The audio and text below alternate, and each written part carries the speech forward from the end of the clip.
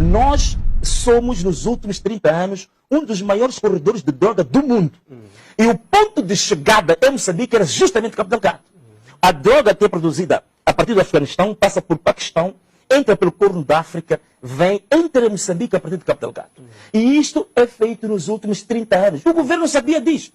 Mas a grande questão é que o crime organizado estava ligado também a altas figuras das forças de defesa e segurança. Significa que aqueles que deviam garantir a segurança do país eram os promotores e protetores do crime organizado ligado à heroína que vinha do Médio Oriente. Então, tudo isto, o crime organizado ligado à exploração dos recursos naturais, o crime organizado ligado aos corredores de droga mundiais, tudo isto, e com grandes contingentes de pessoas que vinham dos grandes lagos, que vinham do Corno da África, isto criou em Cabo Delgado uma espécie de um país dentro de outro país. E, por outro lado, a falta de investimento do próprio Estado, digamos, em termos de educação, em termos de saúde, em termos de serviços básicos, isso também criou um sentimento de exclusão completa daquela população. Então, o que isto acaba criando? Isto acaba criando condições objetivas para que, quando começa a grande escalada dos recursos naturais, haja aqui uma população que não se identifica nem tão pouco com o Estado oficial. Essa população está mais inclinada a formar o seu próprio Estado do que se inserir no Estado oficial, sobretudo quando começa a questão da escalada dos recursos naturais.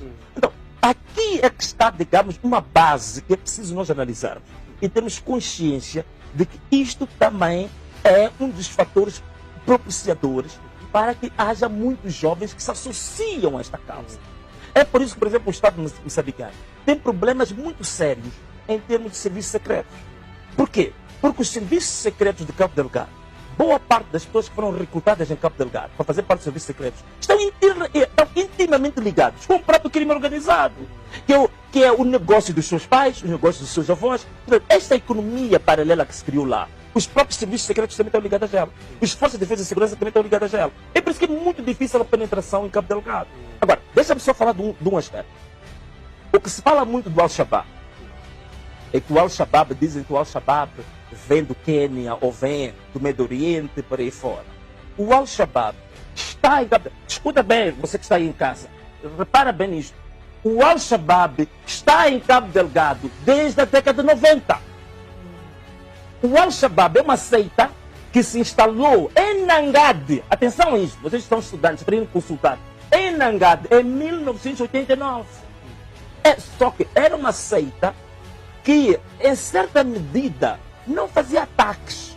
Mas eles tinham uma forma de islão, que era um islão paralelo ao islão que era reconhecido pela globalidade dos muçulmanos em Moçambique. E essa seita, por exemplo, tinha uma forma de vestir muito própria. E usavam até armas brancas. Já andavam com katanas e com facas, com um turbante e com umas roupas muito típicas que usavam, por exemplo, uma calça preta, que deixavam uma parte do pé fora, uma espécie de bermudas. E esta forma deles vestirem, andavam armados com armas brancas, que eram katanas e facas, e também eles não aceitavam o islão que era praticado em Moçambique. Porque boa parte destes tinham sido formados no Médio Oriente, tinham sido formados na Somália, no Quênia, num islão totalmente diferente. E eles, já em 1989, eles invadiam as mesquitas, atacavam os imãs, os sheiks, que já estavam lá, e eles queriam implementar a Sharia desde 1989. O Conselho Islâmico já tinha alertado as autoridades nacionais de que em 1989, na década de 90, estava-se a formar um grupo extremamente perigoso em Cabo Delgado que queria implementar um islão extremista. Eles tinham uma forma de islão que tendia para um extremismo violento. Isso em 1989, 1990. O governo moçambicano tinha essas informações, nunca agiu. Começou a agir quando? A partir de 2015. 2014, sobretudo quando, agora você repara bem nisso que eu vou dizer, presta atenção, quando começa a florescer o negócio dos rubis, sobretudo com a instalação da Ruby Mines, né? Um dos sócios é justamente o meu amigo Samito, né? Um dos sócios Samito e Pachinoapa, que são pessoas da Frelimo, são grandes figuras da Frelimo que são donos da empresa da Ruby Mines.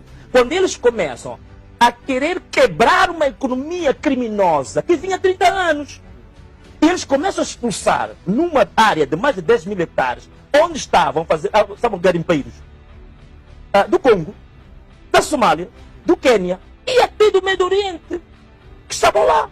E eram centenas, eram milhares. A Ruby Mines começa, usa a força FIR, que é a força de intervenção rápida, para os torturar, para os fuzilar, para os aniquilar. Isso em 2014, 2015. É uma economia criminosa, ilegal, de contrabando, que estava há 30 anos. E o governo sabia disso. Aqui que começam os problemas. É por isso que a partir de 2015, o Al-Shabaab, que estava desde 1990, que só usavam katanas e facas, mas não faziam mal a ninguém, em 2015 começam os primeiros treinamentos militares do Al-Shabaab. Nos quintais de Macomia, nos quintais da Mocimba da Praia, começa a formação militar em 2015. Formação militar do Al-Shabaab. E o governo soube disto, também não agiu. E de 2015 em 2017, eles estavam militarmente preparados. Em 2017 começa o primeiro ataque. E até hoje, a coisa foi encrudescendo. Bem, estou a contar isto para perceber um pouco o historial de como é que o Al-Shabaab, de que tanto se fala, se estavam em Cabo Delgado. E que condições propícias que foram criadas em Cabo Delgado para se instalar o Al-Shabaab. Tantas condições, a falta de políticas públicas, isolamento daquela província, desprezo total e completo daquela província. E atenção, é uma província perigosa, porque ela está muito dividida do ponto de vista religioso. O conflito e a divisão entre os cristãos e os muçulmanos é muito acentuado em Cabo Delgado. É diferente daqui de Maputo. Nós convivemos com os muçulmanos abertamente. Em Cabo Delgado isso é um problema sério, seríssimo. A costa e o Oriente e o interior estão divididos de uma forma muito acentuada. Então, esta que é mais ou menos, na minha opinião, as grandes questões que acabam propiciando o alargamento, o alastramento do terrorismo. Logicamente que, ao crescer isto, claro que o terrorismo internacional naturalmente vai fazendo ligações, vai fazendo aquilo. Parece que tem que só aumentar um pouco o ar-condicionado. Noto de que estou a transpirar cada vez mais. Mas tudo bem, se calhar é para poupar um bocadinho o custo da energia, mas já acredito que o Massano vai resolver isso. Mas bem, como estamos aqui a falar, então, basicamente é isto que leva ao encrudescimento da questão do terrorismo se instalar em Cabo Delgado. E depois, aqui há outra questão também, é que esta história dos sem rosto é outra falsidade. As pessoas que estão, digamos, na linha da frente dos vários, porque o terrorismo também são vários grupos isolados. Eles têm uma rede de contatos, mas são grupos pequenos. Eles se instalam, é por isso que é muito difícil combatê-los, porque eles não são um exército formal que fazem ataques e confrontações daquelas, digamos, clássicas, né? Eles fazem pequenos ataques em pequenos grupos, e esses grupos facilmente têm grande mobilidade e eles podem fazer ataques e depois, digamos, dispersar-se com muita grande facilidade. Então, a história dos sem rosto ficou provada.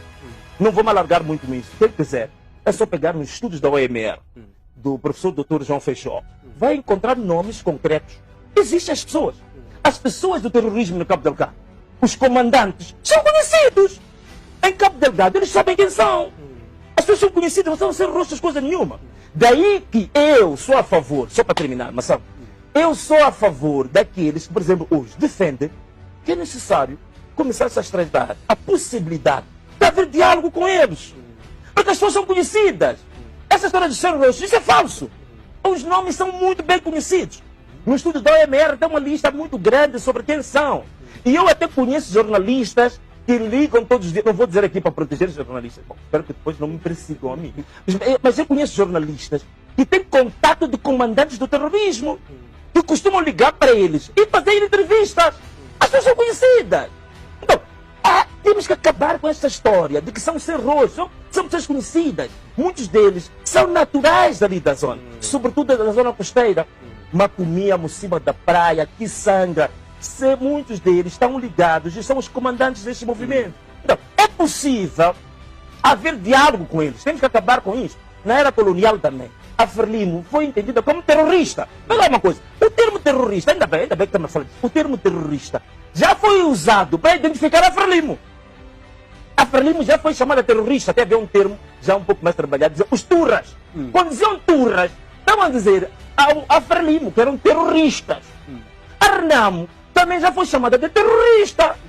Hoje, este movimento que está em Cabo Delgado também são chamados de terroristas. Então, se alguma coisa nós temos que aprender aqui, né? Alguma coisa temos que aprender aqui. Portanto, eu sou a favor de analisar-se a possibilidade de haver laços para o diálogo com essa gente. Tanto mais que, Massambo, digo isto aqui porque quando as freiras brasileiras foram detidas, foram sequestradas, foi negociado o resgate delas. E a pergunta é, quem é que esteve na linha da frente das negociações para as freiras brasileiras serem soltas pelos terroristas? Foram os serviços de segurança de Moçambique. As Forças de Defesa e Segurança, o CISE e o CERNIC, é que fizeram negociação com os terroristas para libertar as freiras. Significa que o próprio CISE conhece os bandidos. O Estado moçambicano conhece quem são os rostos e com quem falar perante os terroristas.